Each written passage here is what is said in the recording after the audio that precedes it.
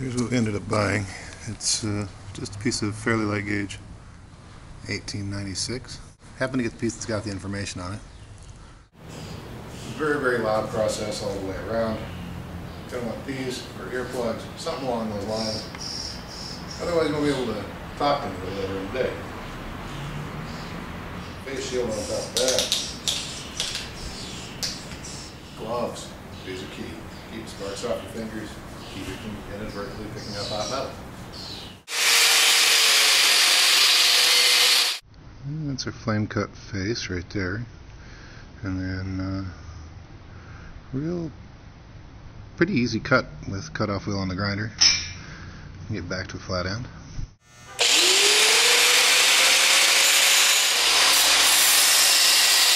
Not using a lot of rocket science on this.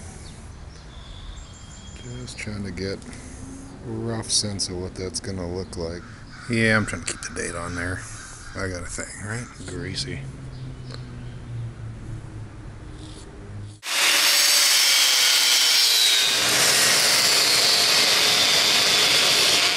Now we're going to see about flame cutting that curve in. Can't do that with a straight disc.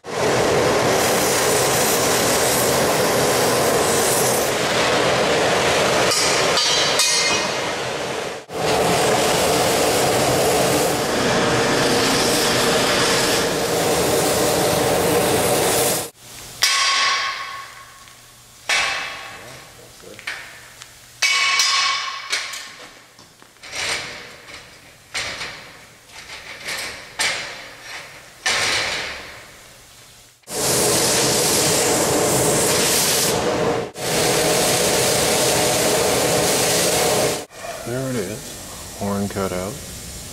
Chamfered it in underneath a little bit, just with an angle cut with a torch. Starting to make a little progress, slow but sure. And there we're starting to see the horn. So we have got a surface that looks flat.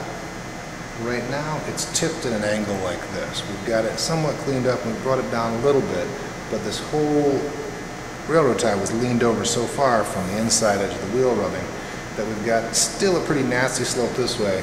And we're just ignoring this corner for right now because we're going to have to rebuild that to get a decent work surface out of this. But we're going to continue to try and tip this surface back this way. And now that I've got it relatively flat, I'm going to just be running back and forth across the surface trying to bring that corner down.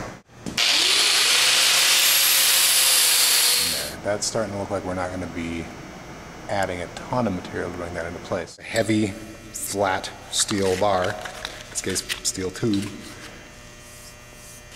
keeping it flat on the whole surface and running it end to end. And that's going to show me everywhere that's a little bit off. But I've got it plenty close for where we're getting into the hard facing. The other advantage to this is that it shows us exactly where we need to build back up. Obviously this big knockoff corner, but then even here we can see there's a low spot that's continuing right along there. So we'll be laying it. So the rod that we're using for this is a high carbon air hardening steel. So as it melts itself into place, as it cools down, it's going to harden. That way we don't have to go through the hardening process we'd have to go through if we were laying on carbon steel that didn't harden. We shouldn't have to heat treat the top of the anvil. We'll see how it goes.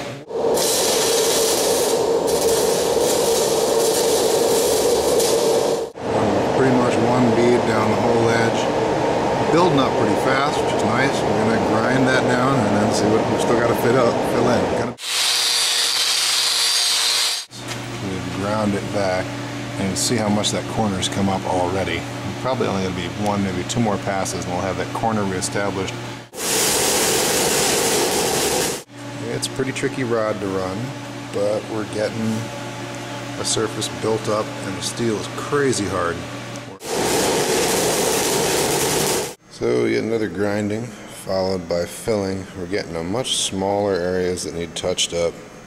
Starting to see some serious flat surface there. So now that we have nice solid shoulders on here, I'm trying really hard to grind mostly in toward the middle to not knock any of this back out of line that way.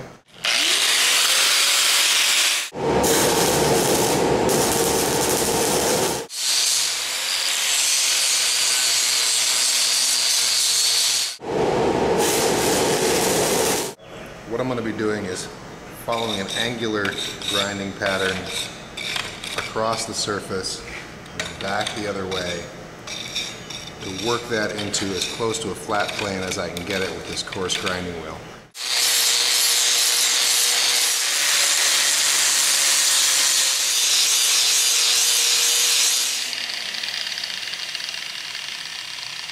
So we're stopping for just a minute here to come back and grind this edge flat so that we can see what's happening on the corner. Doing to check it is just taking any flat piece of steel, in this case it's a piece of tubing, setting it on top and seeing where I see light shine through.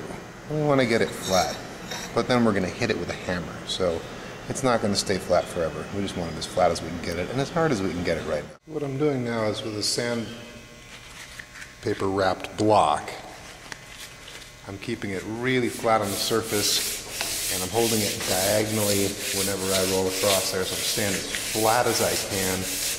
And I can both feel where it lifts, so this edge is still a little bit high, and I can see from where it's sliding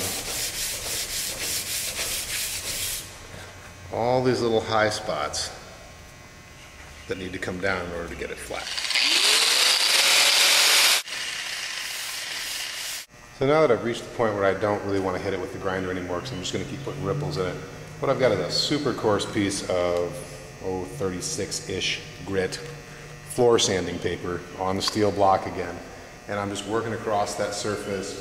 Now I'm taking any of those ripples out, working end to end, trying to keep it really nice and flat. Like that 60 or 80 grit, whatever I had there that was just polishing. This is actually removing those high spots. We're pretty flat until right there, and we've got a dip, and we can't deny it and we can't get around it. We're gonna have to come back in and fill there.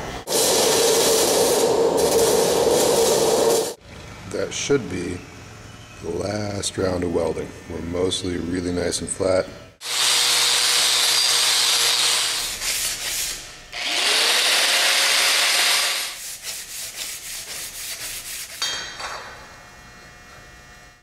So what we've got here is a sheet of floor sandpaper glued to a board. We're going to use the weight of the anvil itself now to help finish the flattening process. I'm just going to put it right on there.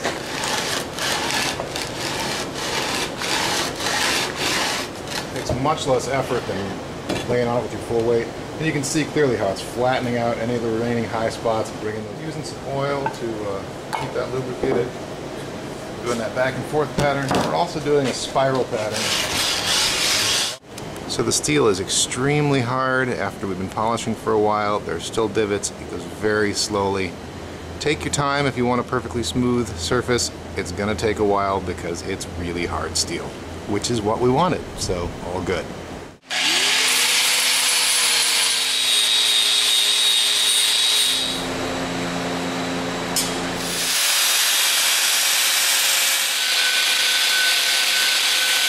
One of the drawbacks to the extreme strength of that steel is that we can't really file that shoulder in now. So we're cutting it in carefully with the grinding wheel.